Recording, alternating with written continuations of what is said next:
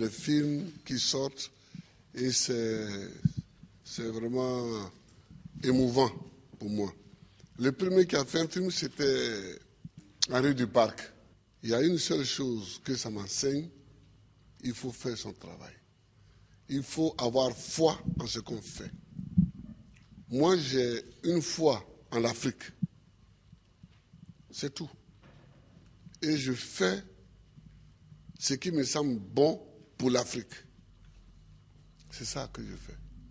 Le reste, c'est pas important.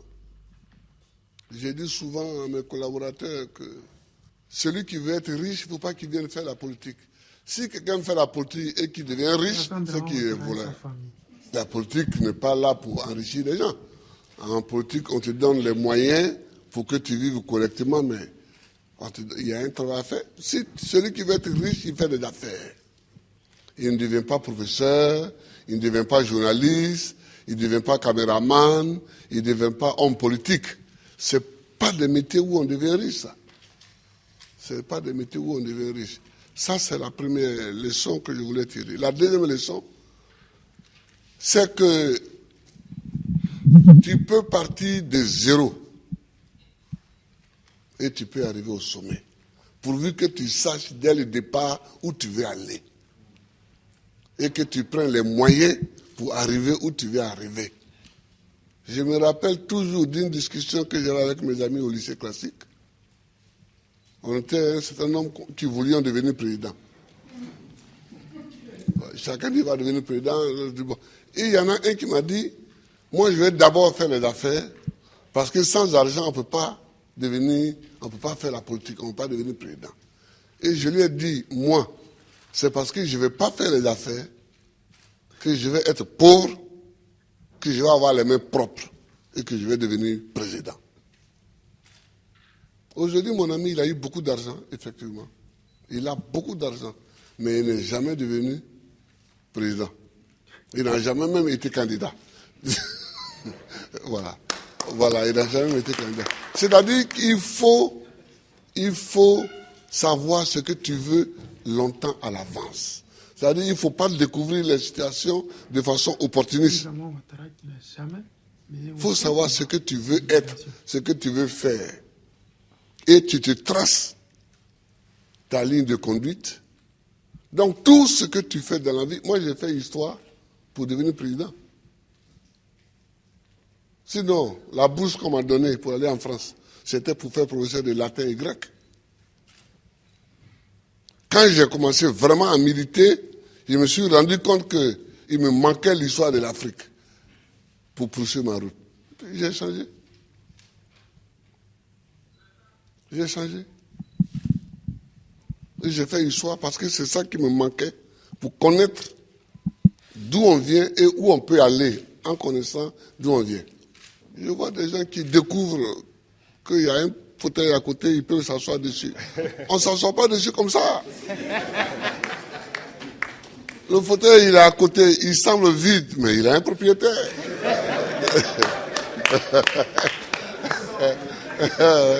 Il a un propriétaire. C'est quand tu veux t'asseoir dessus que tu te rends compte qu'il a un propriétaire. Et le propriétaire, il faut savoir que le propriétaire du fauteuil présidentiel, c'est le peuple. Il faut toujours savoir ça, que c'est le peuple.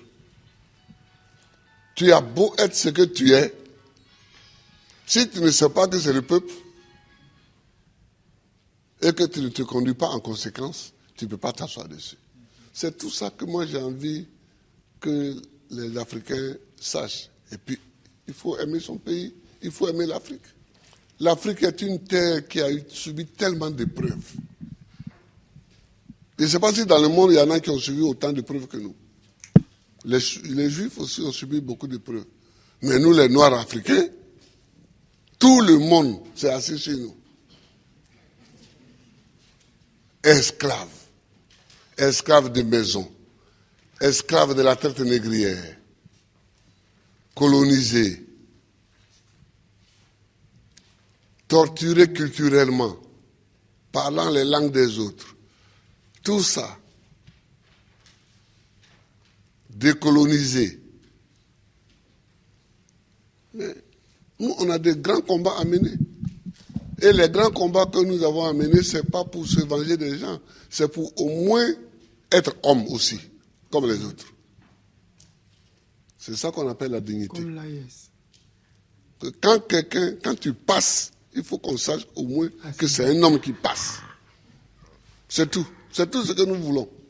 Ouais. C'est tout ce que nous recherchons. On ne cherche pas à dominer ceux qui nous ont dominés hier, à nous venger d'eux, à faire ceci. Non, non, non.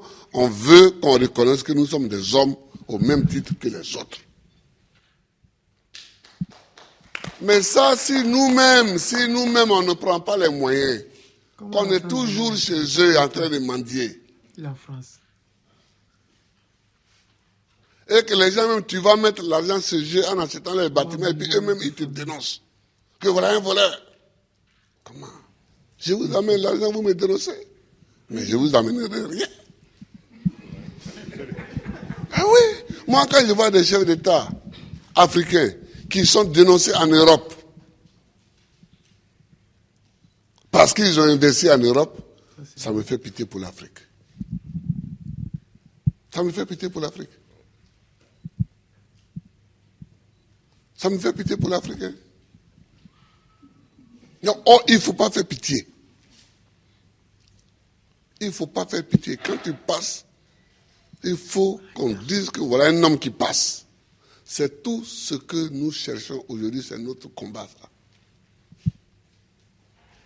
Moi, que si je ne passe pas les vacances en Europe, mais est-ce que je ne suis pas président? Traoré Ibrahim ne fait pas vacances. Je suis président. Est-ce qu'il n'est pas président? Si je mets mon pied sur un sol européen, c'est qu'il y a une réunion à laquelle je dois participer pour que la Côte d'Ivoire gagne quelque chose. Sinon, je cherche quoi chez les autres? Je ne cherche pas quelque chose chez les autres. Si Dieu m'a mis au monde ici, c'est que dans mon environnement ici, il y a tout ce qu'il faut pour que je vive. Mon combat, c'est pour la dignité. C'est pour la dignité. C'est pour que nous effacions tous les siècles passés, les traces de tous les siècles passés, les traces de l'esclavage, les traces de la colonisation, les traces du pillage, les traces du travail forcé, les traces de la chicote. C'est pour qu'on efface tout ça. Dieu merci, avec des films comme ça, demain, les jeunes peuvent savoir le combat que nous avons mené et eux-mêmes vont continuer encore. Eux-mêmes vont continuer. Oui, les amis, vous avez vu, vous avez entendu le propos du guide président Gbagbo Laurent. Le combat de la dignité. Cette dignité qui manque à Alassane Draman Ouattara. Cette dignité qui fait qu'Alassane Draman Ouattara, chaque mois, chaque semaine, il va en France. Cette dignité qui fait qu'Alassane Draman Ouattara a pris crédit au nom des Ivoiriens et je pense que nous allons payer ça sur au moins 2 générations, c'est-à-dire au moins plus de 50 ans. Ouais. Cette dignité qui fait qu'Alassane Draman Ouattara met en prison des gens qui ont faim parce qu'ils demandent, ils exigent que Draman Ouattara diminue les produits de première nécessité sur le marché. Ça, c'est le minimum. Cette dignité qui manque à Alassane Draman Ouattara, qui fait qu'il ne peut pas mettre le nom du guide président Gbagbo Laurent sur cette liste électorale. Oui, cet homme qui n'était pas ivoirien et que le président Laurent Gbagbo a fait de lui un candidat exceptionnel. Ce Burkinabé de père et de mère qui a tué des milliers d'Ivoiriens simplement pour être là où il est. Cet homme sans dignité. Oui, c'est ce combat-là que le président Laurent Gbagbo a mené depuis plus de 50 ans. Plus de la moitié de sa vie. Ce combat de dignité. C'est ce qu'aujourd'hui les enfants, les jeunes ont pris la relève. Comme le président Laurent Gbagbo vient de le dire. Ça fait déjà près de 15 ans en arrière qu'il avait dit ça. Aujourd'hui, la relève est prise. Quand tu vois Traoré Ibrahim s'exprimer, tu sais que oui, il y a un peu du Gbagbo en lui. Quand tu vois Assimi Goïta agir, tu sais qu'il y a un peu de Gbagbo en lui.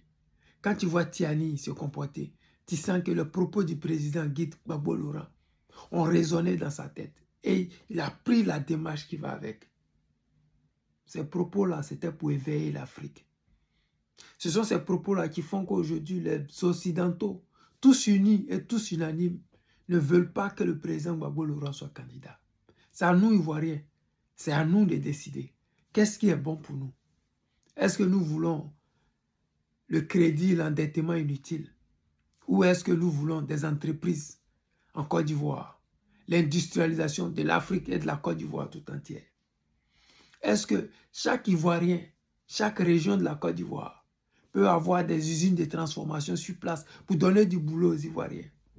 La Norvège l'a fait, ils ont réussi. La Finlande, ces petits pays-là, ces bouts de pays qui sont rien du tout. Et qui n'ont rien, ils n'ont même pas 1% des richesses que la Côte d'Ivoire a. Ivoiriens, Ivoiriennes, la seule chose que le président Gbagbo nous demande, et que moi je vous demande, c'est d'aller exiger et demander l'apparition du non-président, du président Gbagbo Laurent, sur cette liste électorale. Parce que sans ça, on va continuer dans ce que nous sommes là. On emprisonne des gens parce qu'ils ont manifesté avec des pancartes.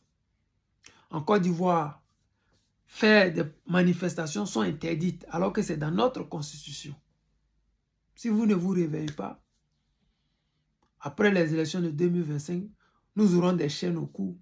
Tout va augmenter, mais les salaires ne vont pas augmenter. Ouais. Ça va être un nouveau modèle d'esclavage. Le président Laurent Gbagbo l'a dit, 15 ans en arrière déjà. Il faut que quand un Africain passe, qu'on dise voici quelqu'un qui est en train de passer. Les Occidentaux se moquaient des Chinois avant. Aujourd'hui, ils respectent les Chinois. Les Occidentaux se moquaient des Arabes avant. Aujourd'hui, ils respectent les Arabes. Le seul peuple actuellement dont les gens ne respectent pas, ce sont les Africains.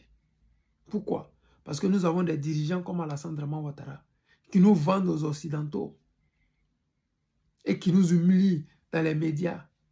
Quand il dit que le franc CFA est bon pour l'Afrique, tout le monde se moque de lui. On sait que c'est un idiot qui peut dire des idioties pareilles. Parce que quand les Français viennent lui demander de l'argent, ce n'est pas le franc CFA qui le donne. Quand tu vas en France pour se soigner, il ne prend pas le franc CFA pour venir. La question est là. Un homme sans dignité va toujours vous entraîner dans des choses de la honte. Les amis, c'était le président Lota, l'ami des dirigeants qui se respectent.